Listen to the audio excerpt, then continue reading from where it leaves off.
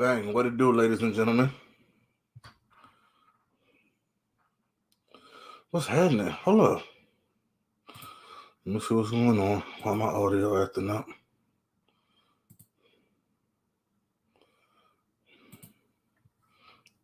Can you hear me? There we go. Just my mic had lost connection for a second. Yeah, mine was. All right, so. Powerful, what it is, though. Just so we start here. Welcome Facebook, to another episode. Yeah. What's happening? Facebook is not going to change the ruling on my account. At this point, we're at 12 days, so we have. They still on that bullshit? Pretty much. So we have one more show after this that won't be able to be on Facebook. After that, we'll be back to normal. Are you eating? What are you eating? Someone got back to you? Pretty much Facebook got back to me. It was like, fuck your shit. So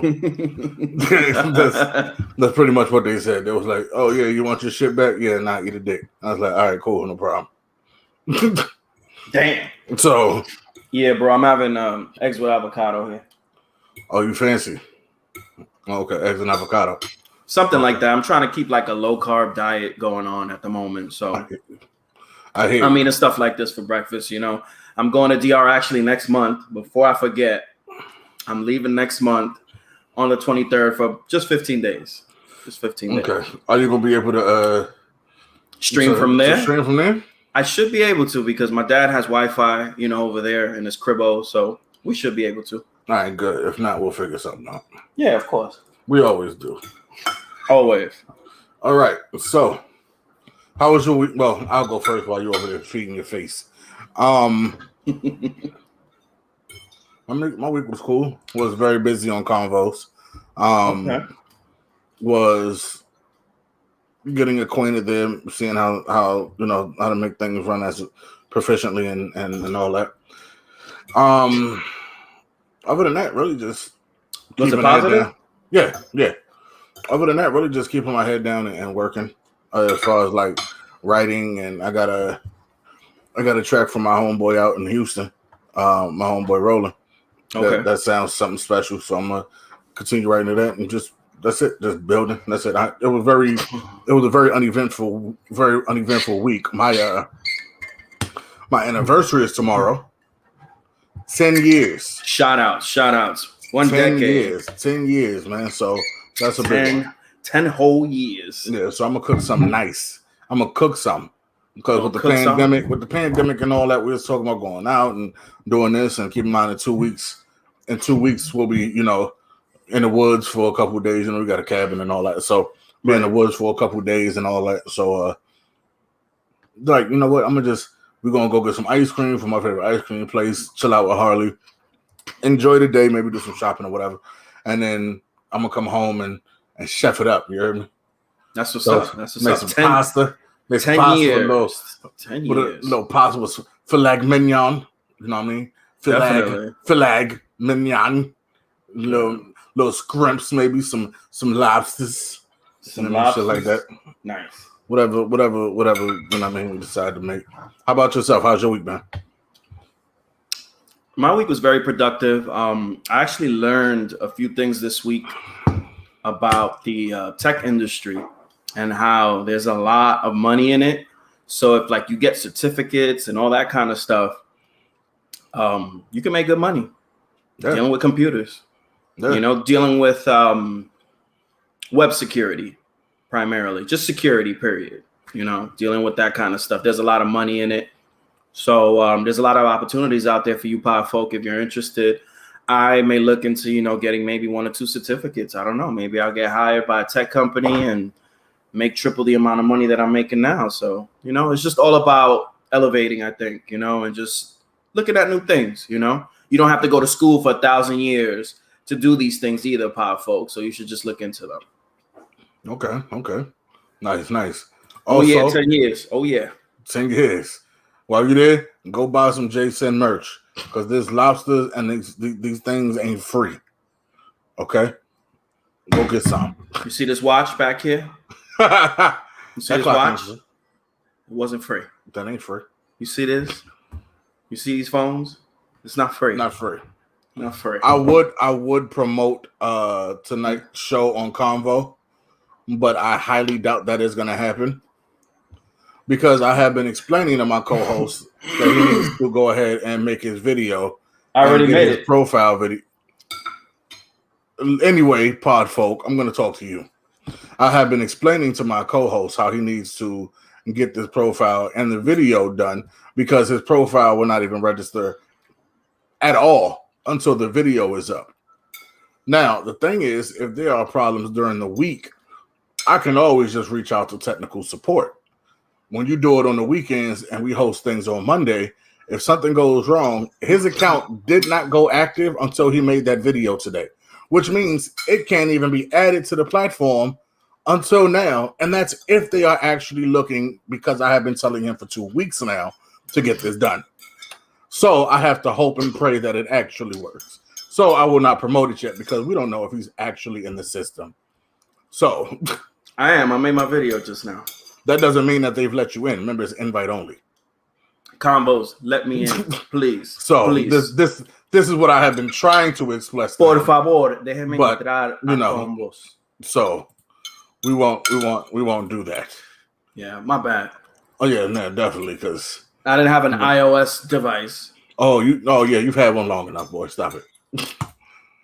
All right, so let's go ahead and jump into something good. Happy birthday, MJ. It is which one? Michael Jackson. Oh, excellent. Michael Jackson. Congratulations, Michael Jackson. Good God, with the plate, boy. That's it. I'm done. I'm finished.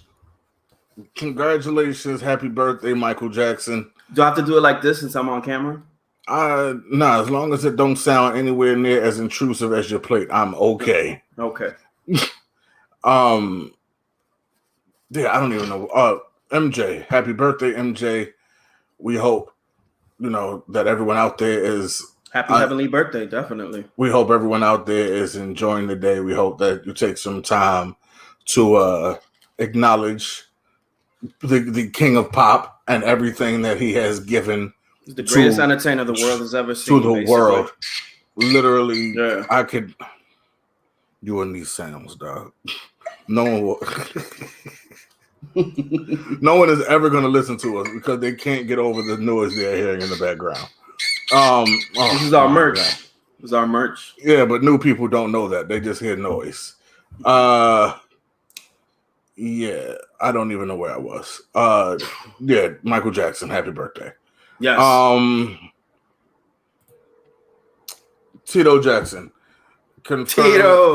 He confirmed that there is unreleased music from Michael Jackson that they will be releasing.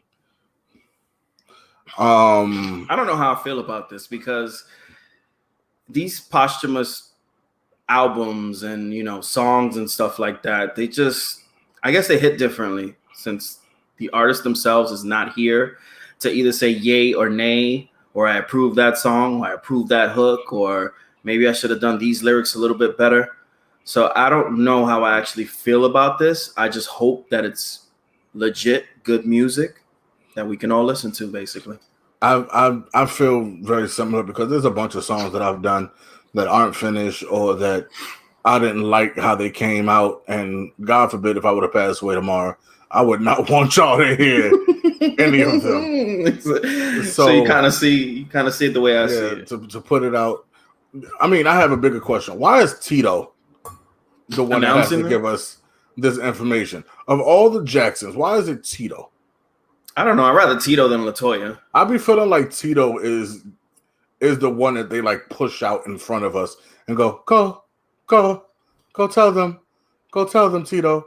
I shout out to Tito, but Jermaine can't do it because Jermaine's in his hair right now. There's a whole lot of Janet wouldn't tell us, but I think it's underneath Janet to tell us something like that. Thank you, love, for not releasing my music. Ooh, thank you. That's a supportive wife right there. Thank you. I appreciate that. Mm-hmm. All right, so we're gonna go ahead and move on. Ex-Patriots QB Scott Zolak Says rap music is the reason Cam Newton is distracted on the field. Wait a second. You said Scott Zolak? Yeah, Scott Zolak. Oh my God. I'm thinking like Madden 91. Career Scott backup. Zolak. I think he doesn't have more than 10 touchdowns in his career. He's interesting. He calls the games for the Patriots on their local telecast or whatever the case may be. Scott Zolak, okay. I guess Scott Zolak was bored. Just a little bit. And decided to say that. To make a comment, right? Cam Newton was. Scott Zolak has gone out of his way to say something borderline racist multiple times. And I don't. At this point, I just feel like he's trolling. Like I feel like he knows. He knows what he's saying, and he's doing it for a reaction. I don't even necessarily think he believes it, because if you look at Cam and these guys, he's dancing in between his reps. But like, so was the defensive coordinators, and like, when I mean, I'll be quite honest. I've seen Tom Brady dancing at practice as well to music, that they play in the loudspeakers. And that's what I'm saying. Yeah. When you walk into the locker, when you walk into the weight room, there's music blasting. It doesn't matter what music it was. Like, would he have said this if it was rock and roll? Like, right. He literally he just wants. He wants attention. He's an attention whore. That's we've given you your attention, Scott Zolak.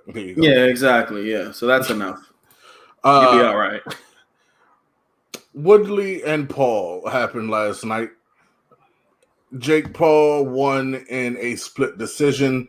I did not watch the fight, mainly because I don't care. Yo. And he won. Again, I don't care. But what I did care about is apparently that they agreed that they would have a rematch if Woodley got a tattoo that says "I love Jake Paul" or something on his body, and Woodley apparently agreed to it. How much do you think they're making for you to have to get another man tattooed on your body for a rematch? Because I'm thinking how much money I would need to get not just another man who just beat my ass. Tattooed on my body. It'd be a cold day in hell before that happens. I'd ever do it. It'd be a cold day in hell before I get any man's name tattooed on my body in general. Like, but one who just whooped my ass, I'm gonna tattoo your name on my body, and you just whooped my ass. No, sir. That's a no-go. I don't know what's wrong. I don't know what's wrong with This is I'll be completely honest.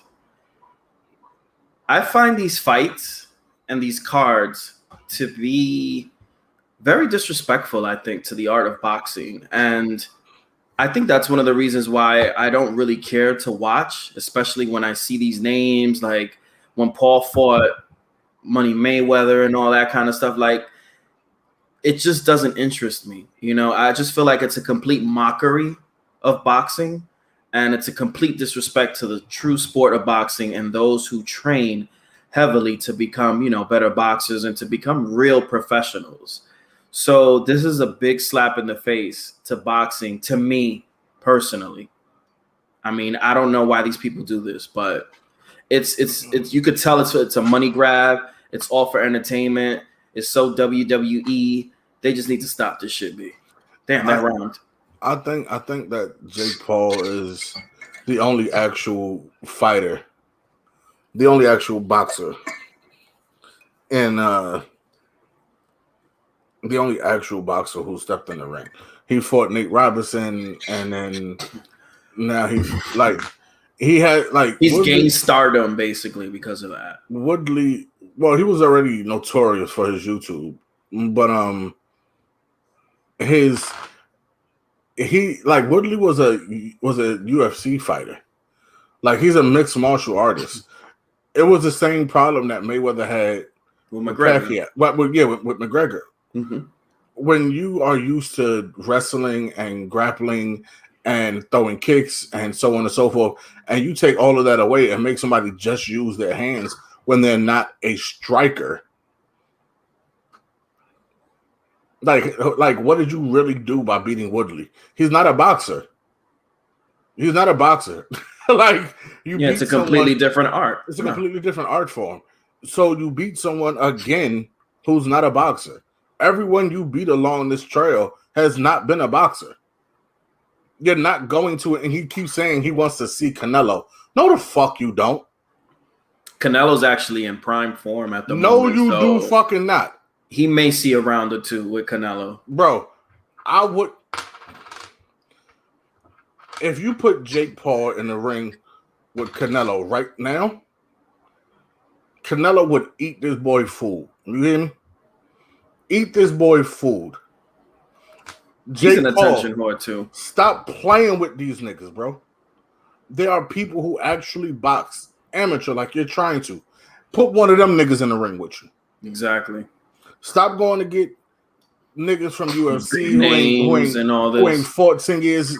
In 10 years, you fighting low ass Nate Robinson. You 6'1", bro. You are 6'1", 205 pounds. What the fuck are you doing fighting Nate Robinson? No offense to Nate, because the reality of it is the size don't matter in a street fight. But in boxing, there's weight classes for a reason. Correct. Who are you impressing with this? Yeah, I don't know. I don't know, bro. Get the fuck out of here. Like that's why primarily I'm not interested, because it's like, nah, it's a no-go. It just seems like a mockery, and it's just a money grab to me, and they're just trying to entertain people WWE style, like I said earlier. So they just need to pump the brakes. Nah, this shit weak. So we're gonna get up out of here. And then they're trying to get pay-per-view money. Yeah, nah, them niggas get out of here. Netflix turned 24 yesterday. I don't know if you remember when the streaming platform started. They used to back in 1997. Yeah, they used to mail DVDs. Yeah, DVDs to you. Mail, like in your mailbox, physical DVDs, and you would get the DVD, and you would watch the DVD, and you would put it in an envelope and mail it back. And you would have a list of the movies that you wanted. Once you got through with that one, they would send you the next one. That's how it worked. I remember because I had Netflix from early. Before streaming, before all of this, I had Netflix years and years ago. And it was wonderful. It was dope as shit. You know who was the rival to Netflix early on? Oh. Blockbuster. Oh, yeah. Blockbuster. Man, ain't nothing like... Well, first off, as much as I enjoy Netflix, as much as I love streaming, there's nothing like a Friday night. When me and Grace got together and we had our first place, we used to look forward to Fridays. When she would get off work, we would walk to 25th, to the Broadway that was on 25th, right off Lenox. It was a big-ass Blockbuster. Big-ass Blockbuster right there, next to a Golden Krust, right? We would go in, and first off, you walk in, and it's like walking into a candy store for an adult. You got all the movies everywhere on the wall, the new joints. Then you got the video game section. You got the candy, the popcorn. You got the pops and all the little figurines behind the counters. Bro, it was amazing. It was upstairs if you really wanted to go up there and get into the classics. And then they had an area of like, what was it? Like buy 4 DVD for $20. They had all the used joints, buy 4 DVD for $20. We got boxes and boxes of DVDs that we just would go in and buy 4 for $20, and then we might still rent 1 or 2 joints that just came out. Yo, it was a thing. It was really a Blockbuster night. And then on the way out, we would snag some Golden Krust, some beef patties. It was a whole thing. Y'all don't know. Y'all wasn't there. Y'all wasn't outside. Anyway. Yeah. But at some point, Netflix had the better vision overall, to climb out of the 2000s, especially with all the competition that they had, to become the streaming giant that they are today. So they actually saw the vision. They were ahead of the curve. They were ahead of Blockbuster, and They are who they are today. I think the only competition that they really have at this moment in time is Amazon. And they actually, you know, they have the money to, you know, compete as well. And they're out there also trying to outbid a lot of movie studios so they can have original content as well. Because I believe the Coming to America Part 2 movie came out on Amazon as well. So they're kind of like trying to take that same approach as Netflix. You know, there's a bunch of streaming but Netflix platforms. has. I was just gonna say that Netflix has 130 million subscribers. Oh, nice! Before you cut me off, continue. Nice. I was gonna say that with all the streaming platforms, there are so many like HBO Max. Oh my God! Like HBO Max. That's the merch. Mute yourself when you opening that thing from now on. Just mute your mic. But thank you. But there's so many streaming platforms nowadays that literally, like HBO Max, they went and got Titans. They went and got the whole, like HBO Max went and bought franchises. They went and bought Adult Swim. They now have the rights to like the Titans franchises. They have the rights to a bunch of Warner films going straight from theater. So the streaming platforms are battling for your subscriptions. And it's no longer Netflix, but Netflix definitely was the prototype. And Blockbuster had the option to get in early. They actually pitched it to Blockbuster, and Blockbuster laughed them out the room. They was like, well, whatever. And now Blockbuster is bankrupt. Yeah, pretty much. So pretty much. Be careful. Be careful who you laugh out the room. Like in 15 or something like that. Be careful who you laugh out the room when they give you an idea. So, all right. So the Yankees lost their first game after 12 straight. Amazing. While the Mets go 8-19 in August to fall 8 games behind first place. But the Mets do this every year. Anyway, who's most likely to make a serious push at this point for the playoffs? You mean it in regards to any team or the Mets and the Yankees? Between the Yankees and the Mets, which one is most likely to make a serious push these last few games to get into the playoffs? I think the Yankees are in a more better position, I'd say, to make a run. Only thing that always concerns me about the Yankees is their pitching. I feel like if their pitching can get hot, we can instantly get into the World Series and win it and sweep it and all that case. But since that's not the reality at the moment with our Yankees, you know, I'm a Yankee fan, and Sincere is too, I think. Or are you a Mets fan? I'm been a Yankee fan. I'm not been a Yankee fan. Nah, we Yankees. No Mets on this side. Yeah, we Yankees. I mean, I'm not gonna say shout out to the Mets fans either because I don't really care for the Mets. But who should care for the Mets? They are booing their own fans right now. Yeah, they are literally booing their fans, and now the players are trying to boo the fans back. No, that's what it was. The fans were booing the players so much that now the players are giving them the thumbs down anytime they do something good. Like they hit a home run and then give the crowd the thumbs down. Like that's terrible. That's terrible. That's a messy situation over there with the Mets, definitely. I think the Yankees have the best chance of making the playoffs, mainly because since that series in Philly, where they got their ass whooped, that series. Since then, I don't know if getting their ass whooped here in Philadelphia like hit a switch or hit a nerve or something. They have been remarkable since that series. They have been absolutely remarkable, winning 12 straight. I think before that they had won like 7 or 8 straight before that. Like their record after that series is something stupid. They've covered a lot of ground. They've covered a lot of ground when they were already looked at like, oh, it's over. And yeah, I think we were in 4th place at one point, if I'm not mistaken. Yeah, yes. And they weren't even looking good. Now they took an L or 2 against the A's now. But even in taking those L's, they looked good. Giancarlo has been hitting. Aaron Judge has been hitting. Shit, everybody's been hitting, really. And our pitching has been okay. It hasn't been phenomenal. It's been okay. Correct. But the way the Yankees are built, the Yankees aren't really built to beat you in games that are 2-1 games.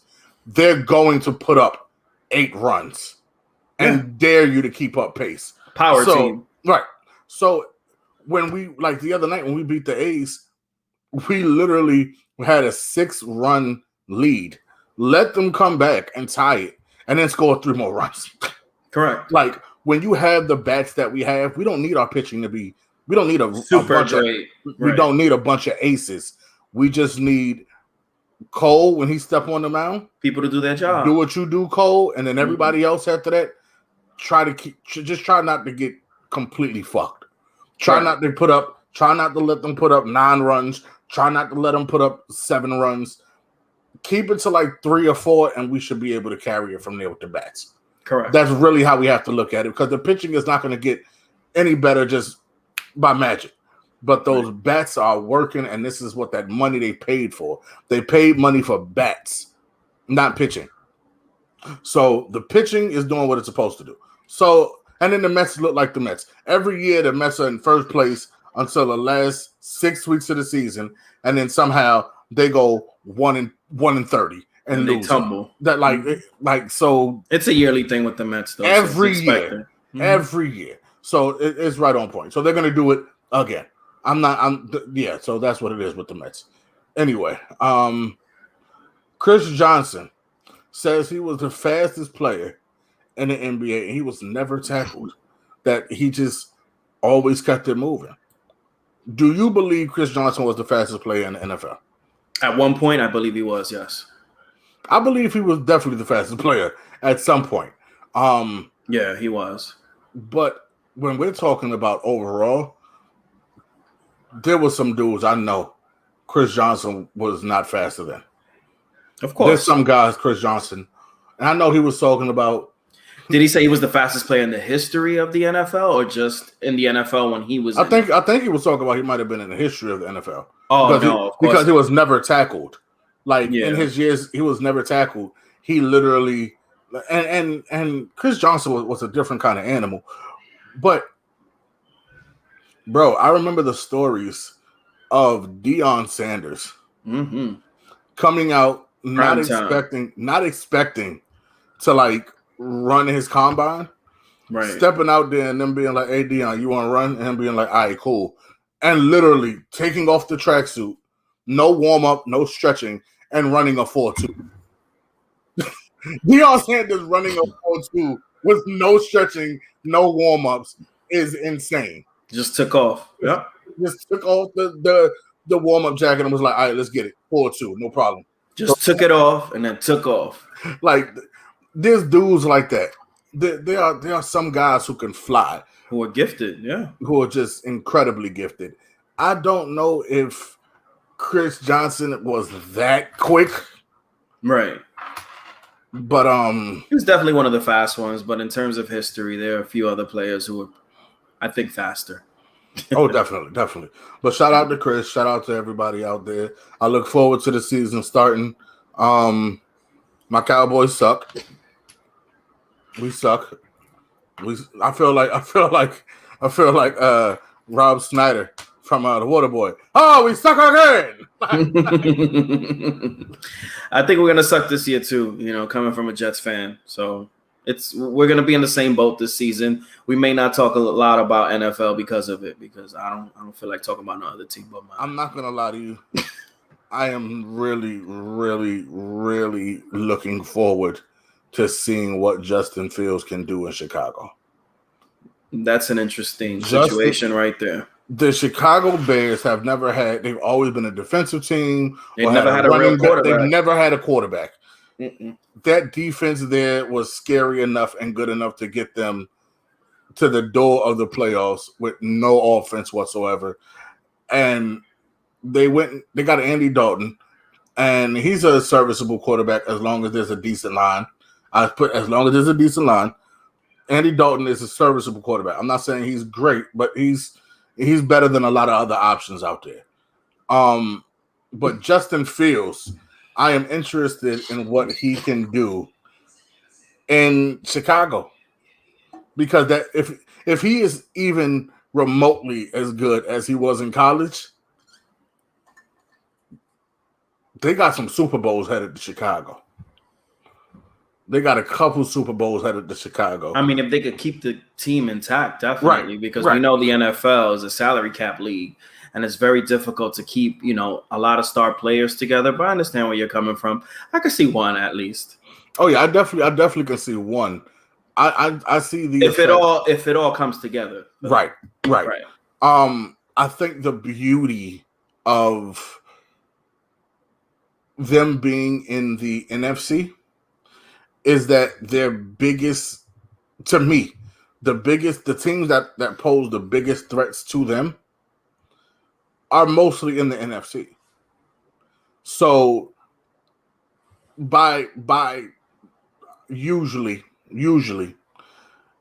by default, some of the opponents are going to end up taking out each other along the route to the Super Bowl.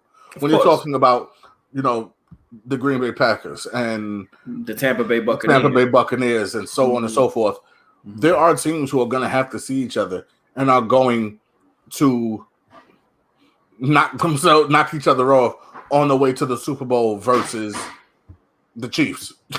Correct. And the reality of it is it's probably going to be the Chiefs for the next foreseeable future in my eyes. In the AFC, correct. Right. But because they're in the NFC, seeing that they're going to have most of their competition is going to be in the same division, I think that helps the Bears also because they're not going to have to go through 3 grueling rounds in the Super Bowl. They might have one really hard game because I believe that they're going to be leaps and bounds. If it works, I believe that they are going to be leaps and bounds better than the teams around them because they'll be great on both sides of the ball. I think what you're saying has validity because, for instance, there's a drama going on in Green Bay, especially with Aaron Rodgers and the Green Bay Packers, and it doesn't seem like he really wants to be there because he even mentioned that he was 50-50 on coming back. So you're going to want someone who's 50-50 in your organization, and I speak to the Packers directly. That's kind of crazy for someone to say something like that and still show up and play, but you can tell that he's not all in to begin with. So no. I believe that that's going to play in favor definitely for the Chicago Bears in that division particularly. And if they happen to break up as well within the next season or two. And he's hanging on to a verbal agreement that they made with him now saying that if he doesn't, after the end of this year, if he doesn't want to stay, they will trade him. Correct. It's a verbal agreement.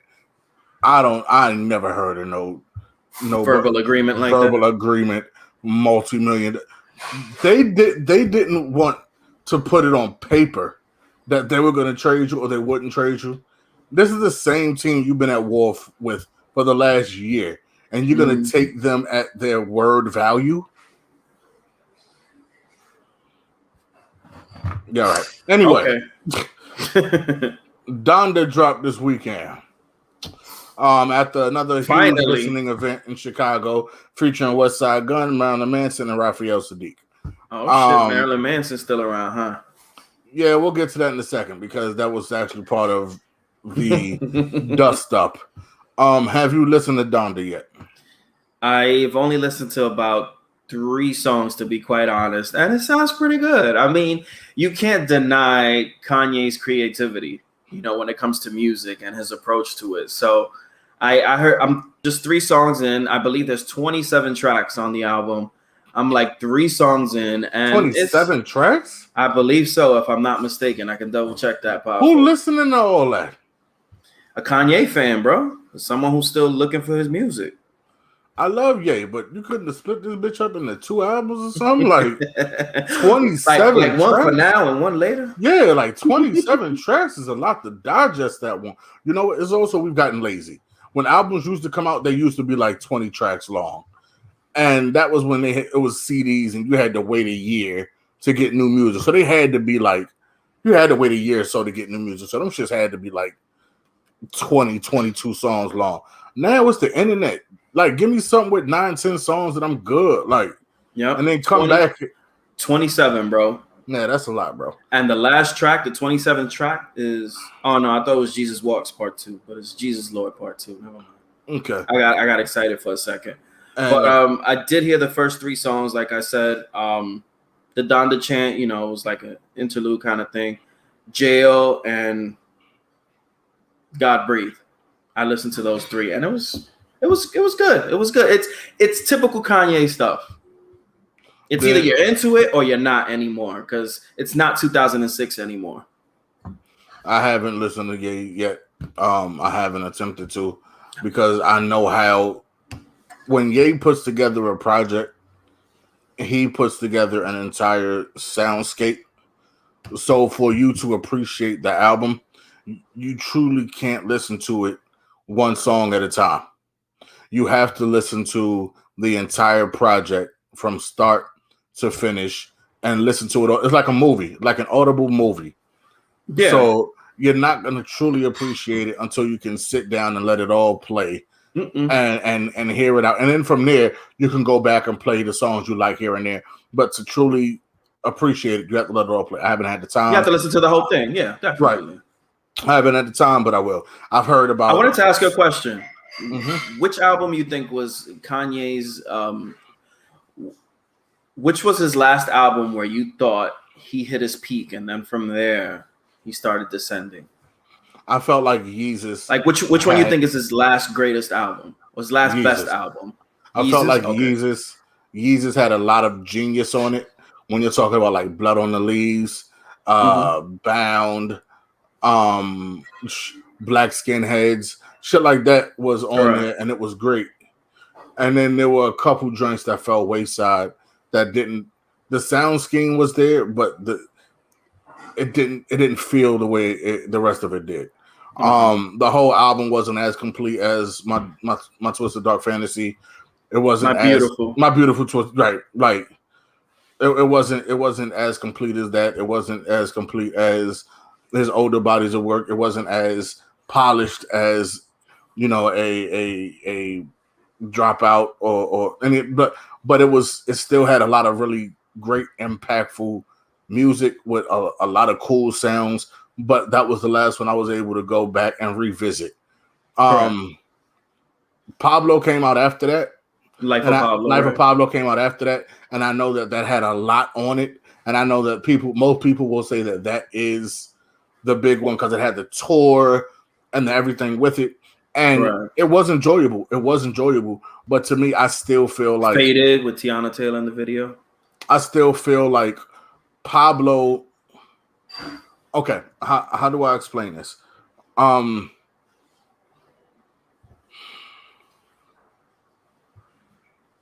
want to make sure that I say what I mean and mean what I say. Yeezus, to me, you asked me what my preference was. Right, what your preference was. Like his last great album. Yeezus, to me, was my favorite of the two. Pablo and and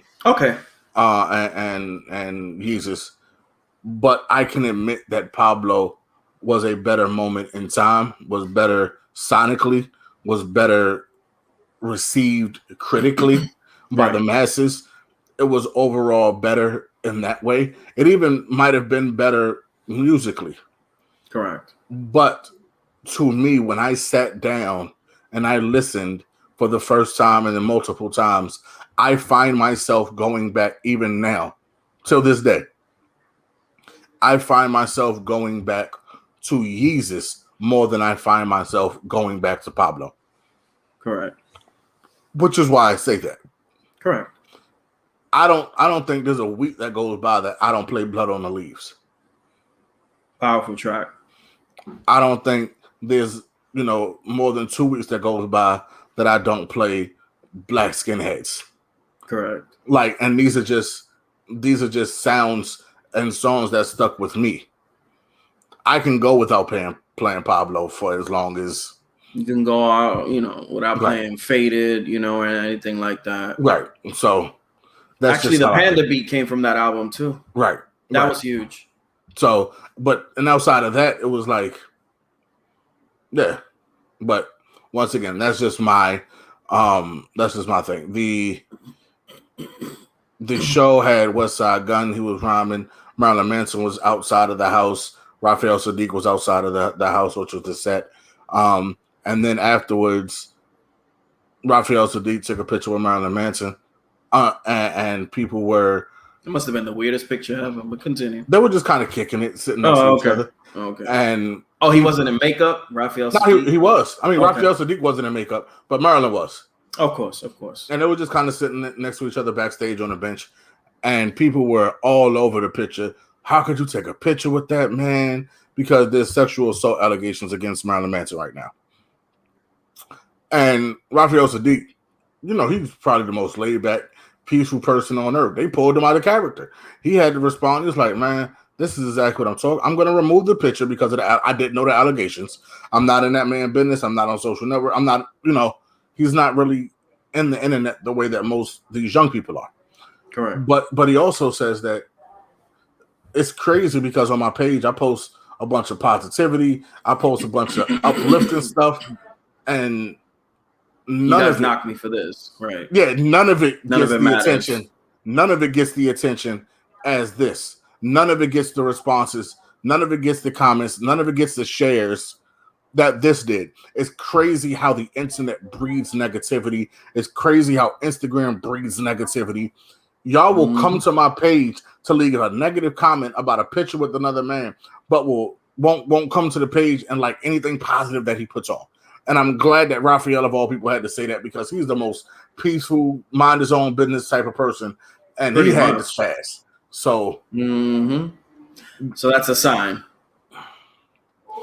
Yeah, I'm looking forward to listening to Donda, but no, I'll get to it when I get to it.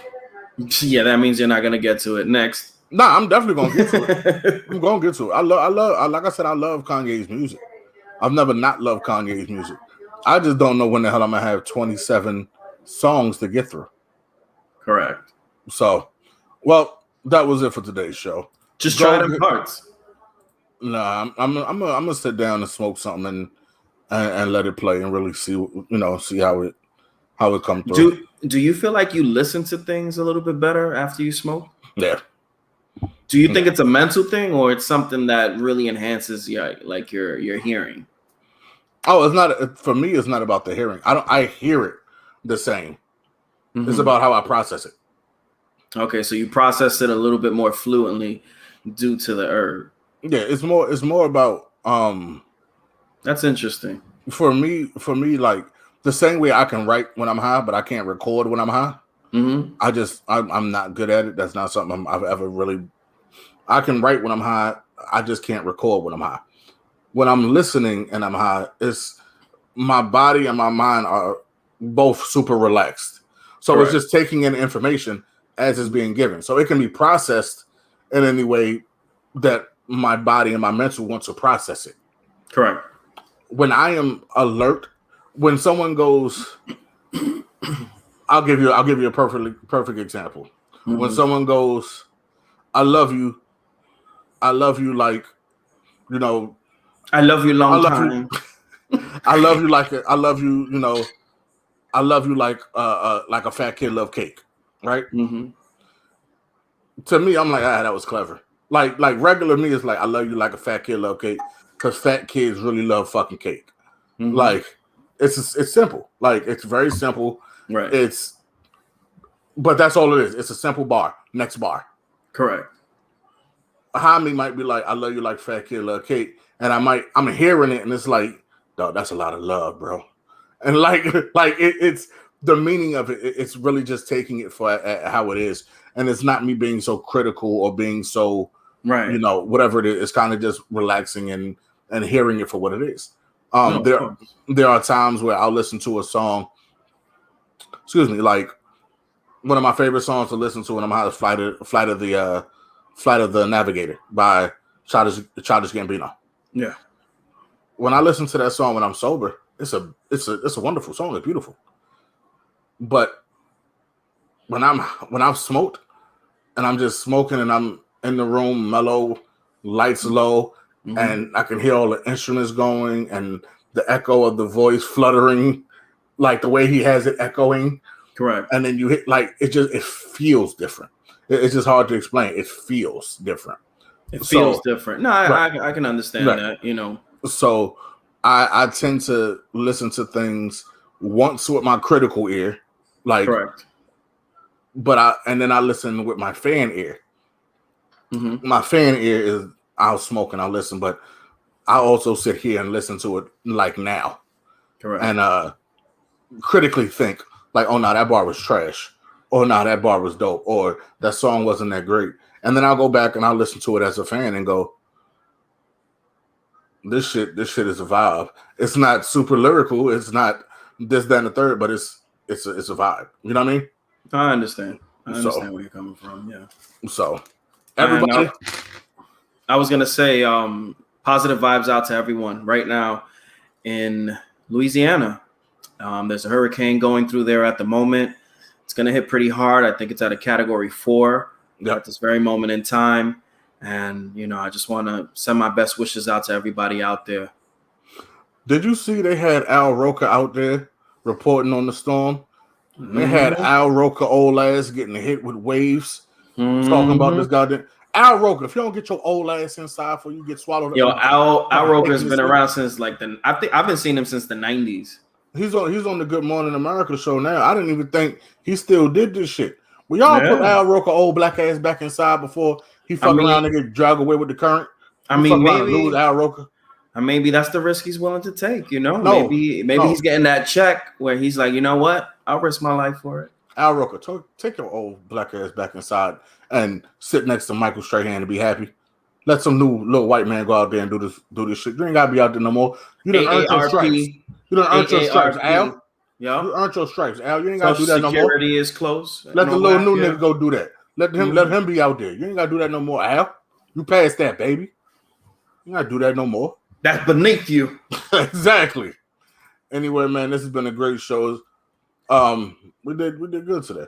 I'm gonna get up out of here. I know Jay's gonna get up out of here. We look forward to seeing y'all next week. Please be safe out here. The world is going crazy. Definitely. Be safe. Hug your loved ones.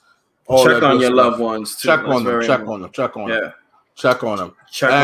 Check on them. Make sure their mental's all good and all that. And good week back to school for those kids going back to school. Your badass kids. Yeah. Stop posting pictures of your ugly ass kids in them badass outfits. Nobody wants to see them kids. Exactly. And you can see them bum ass kids. Exactly. And I'm not gonna look at social media that day either, because I don't care. I don't care if your child went back to school. I don't care. Everybody got. We'll talk about this next week because I definitely want to talk about parents who post all of the like back to school shit, especially with their kids. And look at little Tommy going back to school. That's what he's supposed to do. Yeah, I don't give a fuck about Tommy going back to school. He in 5th grade now. No shit, the little nigga was in 4th grade last year. Like that's exactly. Do. Why are we celebrating He's this? He's supposed to be in 5. Bye, little, get out of here. Get out. Nobody want to hit. Bye. Look at him. His shoes dirty already. All he did was walk out the house. Exactly. Slow savage. Look at this thing. Anyway, y'all have a good day. See y'all later on. Peace.